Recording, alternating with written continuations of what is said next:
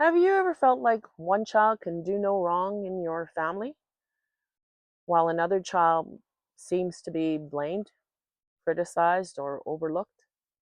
Maybe one child gets all the attention, one gets financial help, one gets invited to everything, and another child is constantly left feeling like they don't measure up. If you've ever watched favoritism tear at the relationships in your family, you know how painful it can be. And today, Grandma Miranda wants to have a heart to heart conversation about parental favoritism. Because favoritism doesn't just hurt the child who feels rejected, it can affect siblings, grandchildren, marriages, and the entire family. So grab your coffee, pull up a chair, and let's talk about it. What is parental favoritism? Let's start by saying something important. Parents don't have to treat every child exactly the same. Every child is different. They may have different needs, different personalities, different circumstances, and different stages of life. There may be times when one child needs more help than another. That's not necessarily favoritism. Favoritism happens when a parent consistently gives one child preferential treatment simply because they prefer that child. Maybe that child gets more praise, more attention, more forgiveness, more financial support, more opportunities, and sometimes that child can behave badly and still be defended. Meanwhile, another child can do everything right and still feel like they're never good enough. And that's where the damage begins. Favoritism can be very subtle. Sometimes favoritism isn't obvious. It might look like your sister needs me more, or your brother has always been the responsible one, or you know how special she is to me. Maybe mom or dad constantly talks about one child's accomplishments, but barely acknowledges another's. Maybe one child gets invited to family gatherings while another is left out. Maybe one grandchild receives expensive gifts while another receives very little. Or perhaps one adult child can call at midnight and mom comes running, while another child can't get a phone call returned. These things may seem small individually, but over many years, they can create deep wounds. Now, why do parents play favorites? Now, this is where we need to be careful. Favoritism can come from many places. Sometimes a parent simply connects more naturally with one child. Maybe their personalities are similar.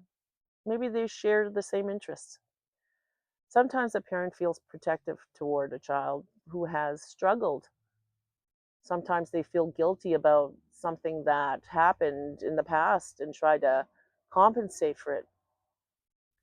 Sometimes one child is more demanding, so the parent gives them more attention simply because it's easier than dealing with the conflict.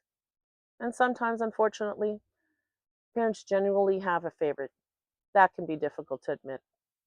But pretending it doesn't happen, doesn't make the hurt disappear. What favoritism does to children, whether the children are 5 years old or 50 years old, favoritism can leave an emotional mark. A child may begin asking, "What's wrong with me? Why doesn't mom love me as much? Why does dad always defend my brother? Why am I never good enough?" And as that child grows older, those questions can follow them into adulthood. They may become people pleasers. They may constantly seek approval. They may become resentful toward their siblings. Or they may eventually stop trying altogether. And here's something I want grandparents and parents to understand. A child who stops trying isn't necessarily a child who doesn't care. Sometimes they're simply exhausted from trying to earn love they believe they should have received freely. Favoritism can damage siblings' relationships. This is another painful part. Sometimes a sibling siblings don't actually dislike one another, they're reacting to the unequal treatment they've experienced. The favorite child may not even realize how different they're being treated. Meanwhile, the other sibling may look at them and think, of course, mom loves you more. That can create jealousy, resentment, competition, and distance. And those wounds can last for decades. I've seen families where adult siblings barely speak because of something that started when they were children.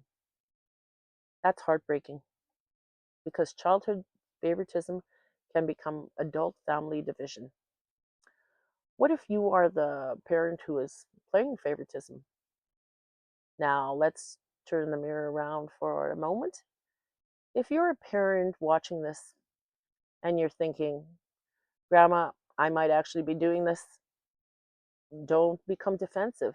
Become curious. Ask yourself, do I excuse one child's behavior but criticize another? Do I give one child more emotional support? Do I constantly compare my children? Do I brag about one child while ignoring another? Do I expect one child to always be understanding? Do I give one child financial assistance while judging another for needing help? Do I spend significantly more time with one child without making an effort to maintain my relationship with the others? And most importantly, does one of my children feel like they have to compete for my love? If the answer is yes, it's never too late to change. If you're the child who feels unfavored, now, what if you're watching this as the adult child? Maybe you've spent your entire life feeling like the second choice. Grandma wants you to hear this. Your parents' favoritism does not determine your worth. You don't have to spend your entire life trying to prove that you're worthy of love. You don't have to become more successful than your siblings. You don't have to buy expensive gifts. You don't have to constantly rescue your parent. And you don't have to accept disrespect just because someone is your parent.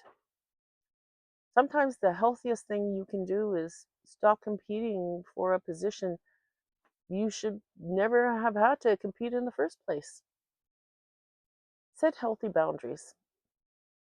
If favoritism is creating conflict in your family, boundaries may be necessary. For example, you might say, I don't want to participate in conversations where my siblings are constantly compared. Or, I love my family, but I won't stay in a conversation where I'm being insulted. Or, I'm happy to have a relationship with you, but I can't continue pretending that this treatment doesn't hurt me.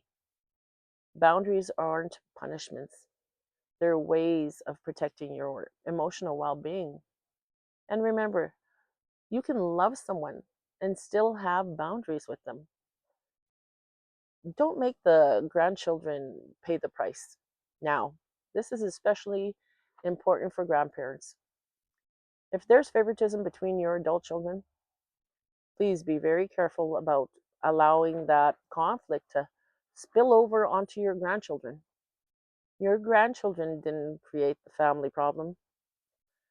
They shouldn't be used as messengers. They shouldn't hear your mother doesn't appreciate anything I do.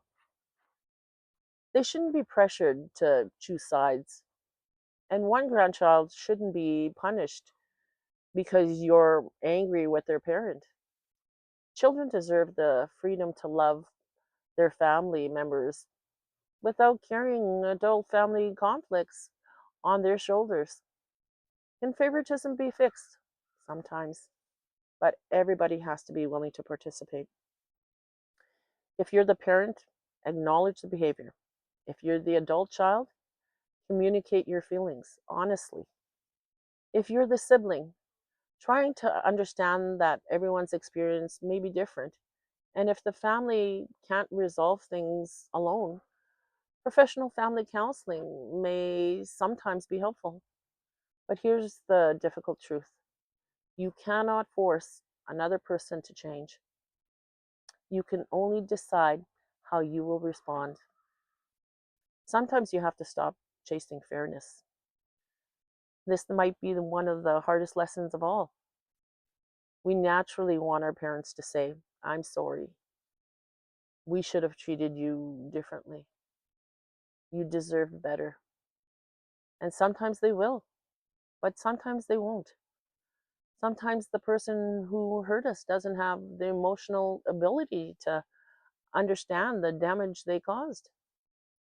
And waiting forever for them to finally acknowledge it can keep you trapped in the pain. Sometimes healing begins when you say, I may never get the apology I wanted, but I'm not going to let that determine the rest of my life. That's not giving up. That's choosing peace. Grandma's final thought: if you've experienced parental favoritism, I want you to remember something. You don't have to compete for love. You don't have to prove your value.